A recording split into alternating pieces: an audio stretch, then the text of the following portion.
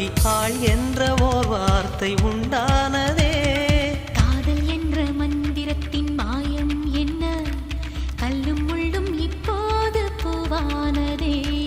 வானவில்லின் துண்டொன்று மண்ணில் வந்து யாருக்கும் சொல்லாமல் பெண்ணானதே.